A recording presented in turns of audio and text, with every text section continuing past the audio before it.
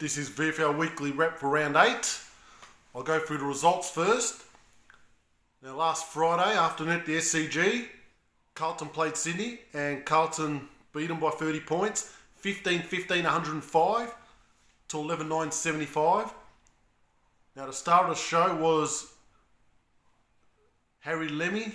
He kicked 7 goals and took 8 marks for the Blues. Sam Doherty, he had 37 possessions. For Sydney, Lockie Hunter, former AFL player, 33 possessions, 11 marks. Sydney have had a poor season, and that just about kills their season, I think. Carlton's still alive.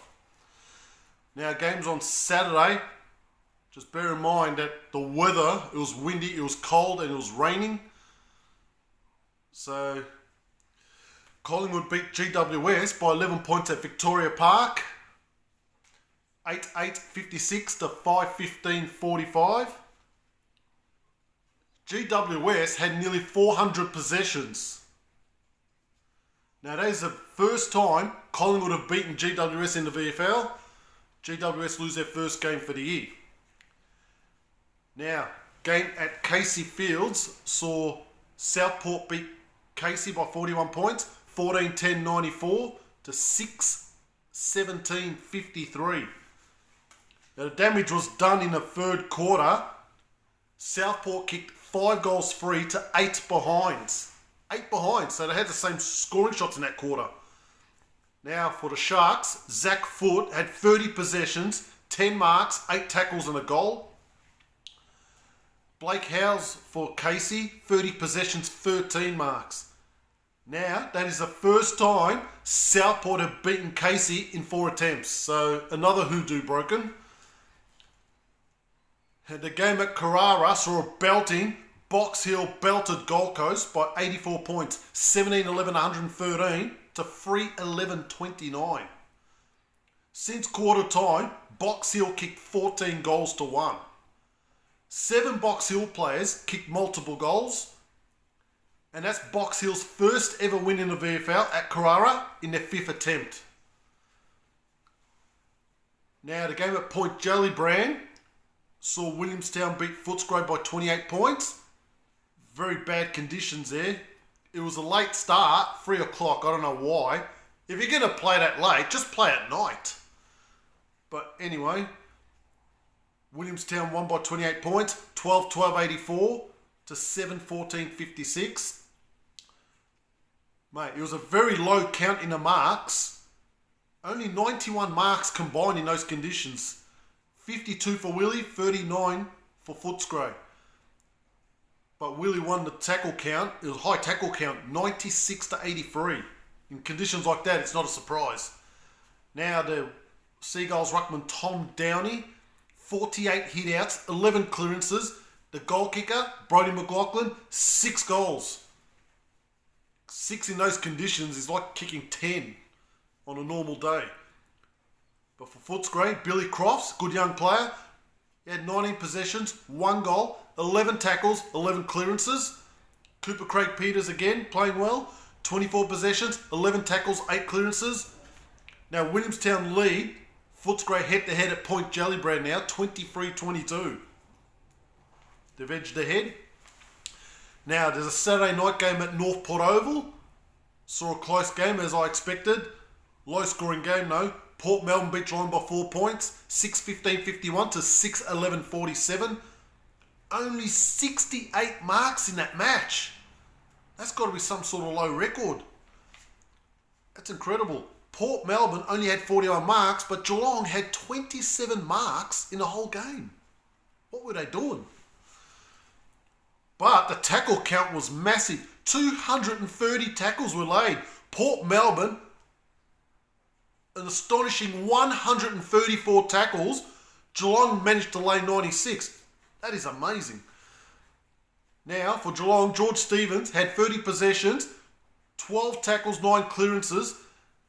Port Melbourne inspirational skipper Harvey Hooper, 23 possessions, 2 goals, 10 tackles. Port Melbourne back on track.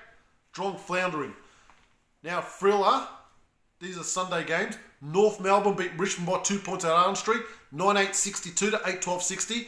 Sunday, the weather was a little bit better than Saturday. It wasn't raining, but it was still windy.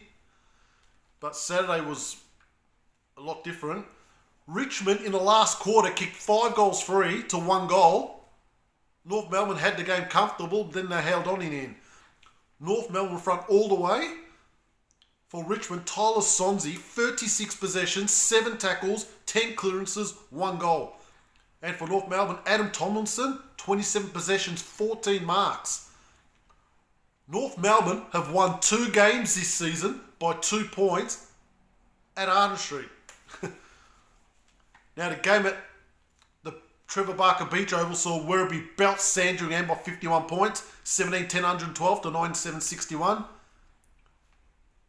Now St Kilda list of player Zach Jones, he had 38 possessions, 7 tackles, 10 clearances. For Werribee, their full forward, Hudson Groney, he kicked 4 goals with 11 marks. Flynn Young, he continues to be a good player. 3 goals, 9 marks, 21 possessions. Don Brew had another good game.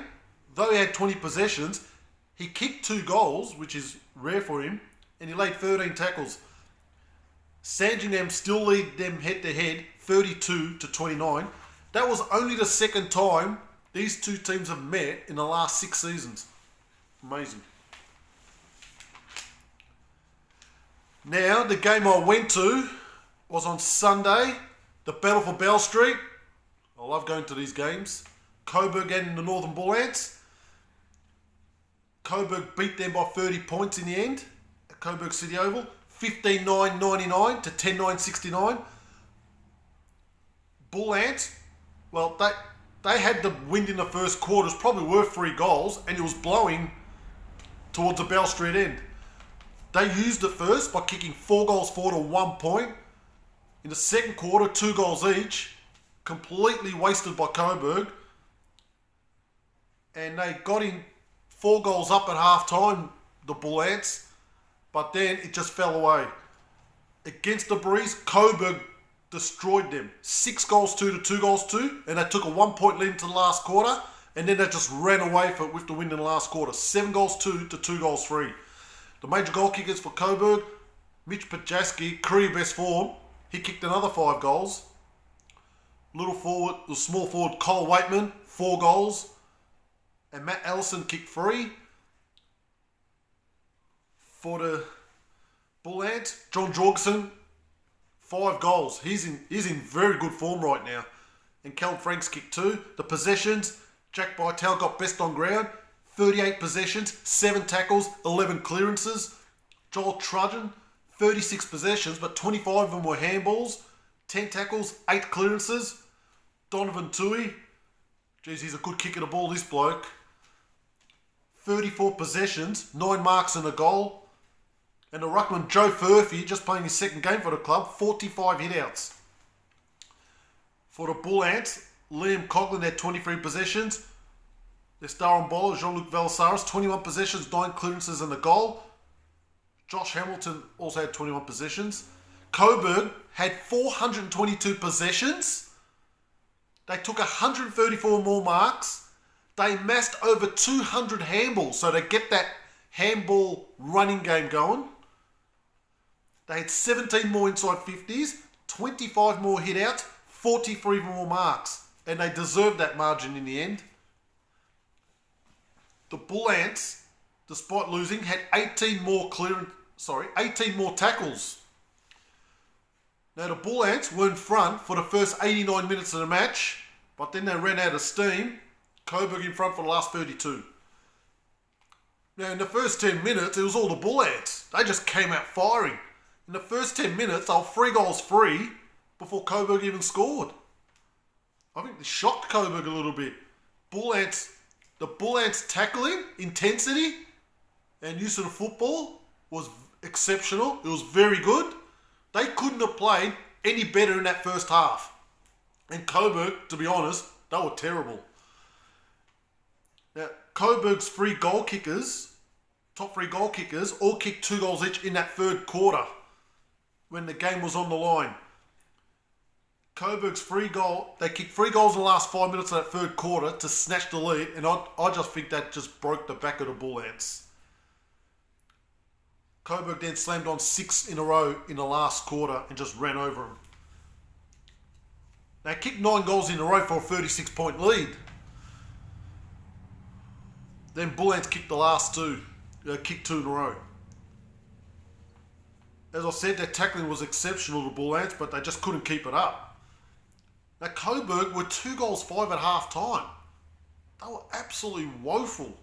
But the Bull Ants were exceptional. I have to give them credit for that. Coburg have gone from 2 goals 5 in one half and managed to kick 13 goals 4 in the second half. They just completely overran the Bull Ants in the end, and that third quarter was the start of it. Now, head-to-head, they've met 162 times. The Bull Ants still lead 81-78 in 3 draws. At Coburg City Oval, Coburg lead that head-to-head, 41-33 in the draw. Coburg have beaten them the last 3 times now, and they're going to play each other again at the end of the year as well, which is good. It was a good crowd there, but it looked a bit... I thought it was going to be more, to be honest. It didn't rain, but it was windy and it was cold. That probably turned a few people out, and the fact that the Bull Ants aren't travelling so well, but it's not far for their fans if they live in Preston to travel there. It's only 3 or 4 Ks. But it's still a good crowd. It just built up as the game wore on. And they were very competitive, but in the end, Coburg's class, they were just far too good. Alright, we'll look at the major goal kickers. I'll go from this week now. Mitch Pajaski is leading, 24. Liam McMahon, 22. Hudson Groney, 21. Brodie McLaughlin, 20. Max Grzuski for GWS has 20. So it's pretty tight there. We'll look at the ladder. I'll just go by points now. Every team's lost now. GWS and Box Hill, 24 points. Geez, Box Hill have got to be favourites now. But I know it's early, but I don't watch much of Box Hill because... Frankly, I don't go to Box Hill because it's too far for me. And I'll get lost maybe. But they're doing well. Sharks at 22 points. Brisbane, Collingwood at 20. North Melbourne at 18. Mate, there is an absolute logjam in that top 10. The bottom 4 teams in that top 10. Footscray, Werribee, Frankston, Richmond all have 16 points. Just outside it, Coburg, Essendon, Geelong, Carlton, Williamstown are all on 12. Port Melbourne, Casey at 10. The Suns are 8. That bottom 3 will not make finals. Sydney and Sandringham, 1 and 6. Bull Ants, Norton 7.